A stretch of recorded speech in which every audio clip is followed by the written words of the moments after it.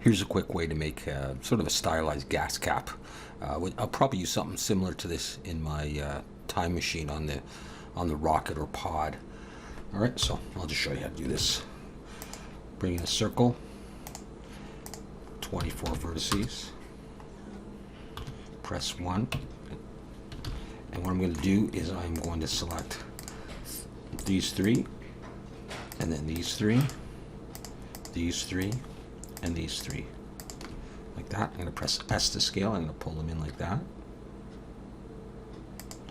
All right, just however much you want. A to select it all, E and S, pull it in, and then right click, and if you've got loop tools, and then use that, pull it in a little bit more, and then E and S come in a bit more like that. Control plus to get both of those, 3 to look from the side and pull it up. Not too high, something like that. You get a slope just like that. Shift Alt and click there. We're going to extrude down just a little bit like that, and then E and S, scale out, and use loop tools again to convert that to a circle, and just scale it into somewhere around there. E and come down, and I'm going to go E and S, and I come in underneath here and extrude it down a ways. E and S, I'm just going to pull it in like that, and then I'm going to roll my mouse up a few times like that, and just grab these edges and Control B, and I want no segments in there. E and Alt S, and I'm going to pull them out. Okay, at this point you can go ahead and do Control 2 and shade smooth, and then we can do some more work on this. So I'm going to Shift Alt and click there, and I'm going to go E and come down a little bit, E and S, come in towards the middle, and then E, come up, and then I'm going to press F to make a face, and that's not going to work well, but I'm going to go Control B, pull down quite far, and then roll your mouse up and get a shape that you like. Take this and press I to inset a little bit to flatten that out. You got this, and we're almost done here. You can put an edge loop up there. You can, if you want, take that edge and scale it in just a little bit if you want to have a bit of an angle. And you'll have that. Let's go over and put the cavity shader on. I'll put shadows on as well. You may have to Alt-N, recalculate outside some of your polys. Let's just pull that up.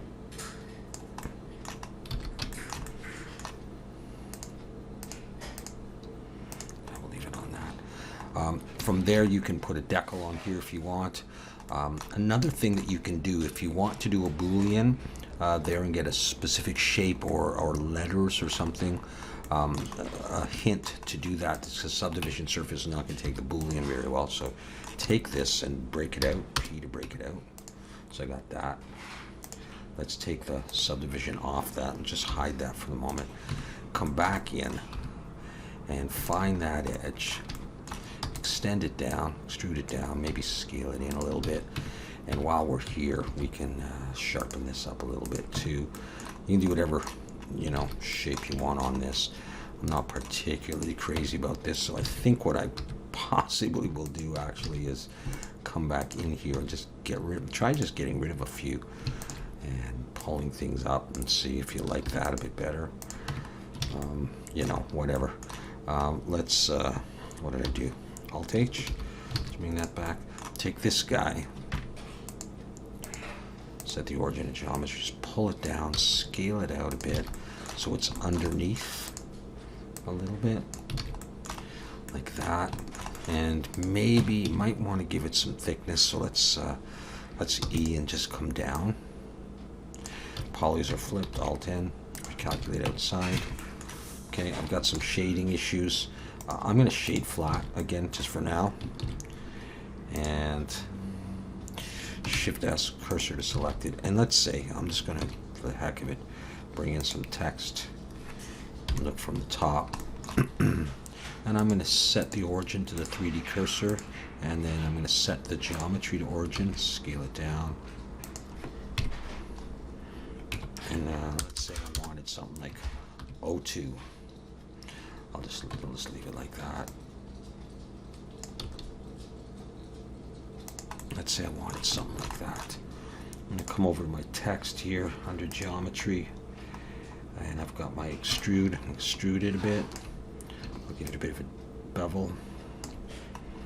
Okay, so I've got that. I'm going to take this, convert to mesh, and it's inserted here a little bit. Take your text, select that, select there, circle there, N tool, no, edit, sorry, bool tool, difference, and I'm going to go ahead and apply that. And I've got my text in there. And the other thing you can try to do is you can come in and try to get just the circle. And just depending on what text you have, try to get the outside and not that edge. And you can try a bevel, see if it'll work. And then it'll just catch a bit more light. If I wanted to shade smooth and I have issues, I could try weighted normal and auto smooth. Okay, let's shut that off. From here you can decide, let me go back in this, if you want to add any more edge loops, tighten up anything. There is something else I would like to do actually that I think will help. Let's actually keep those on, and let's turn the shadows off for now.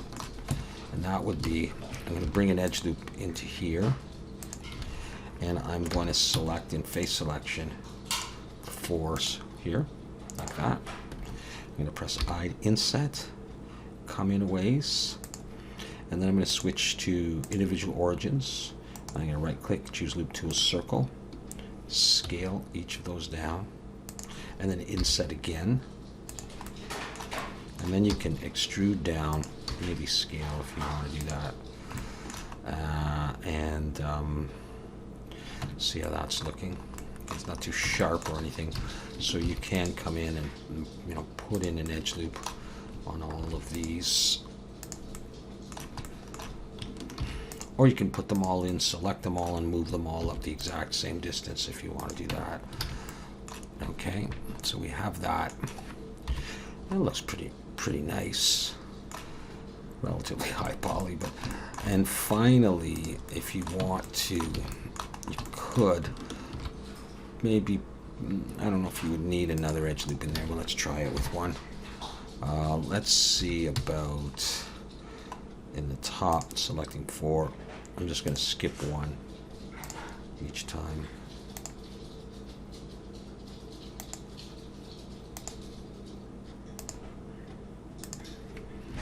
Okay, I'm going to inset again, loop tool, circle, scale them down quite small, like this, inset again, pull them down, maybe scale, and you get that effect. Okay, so it's a pretty high poly. Well, it depends what you're doing for your gas gap. And I think the shading probably looks relatively alright. Right? Looks okay. To my eye anyhow. And that's it.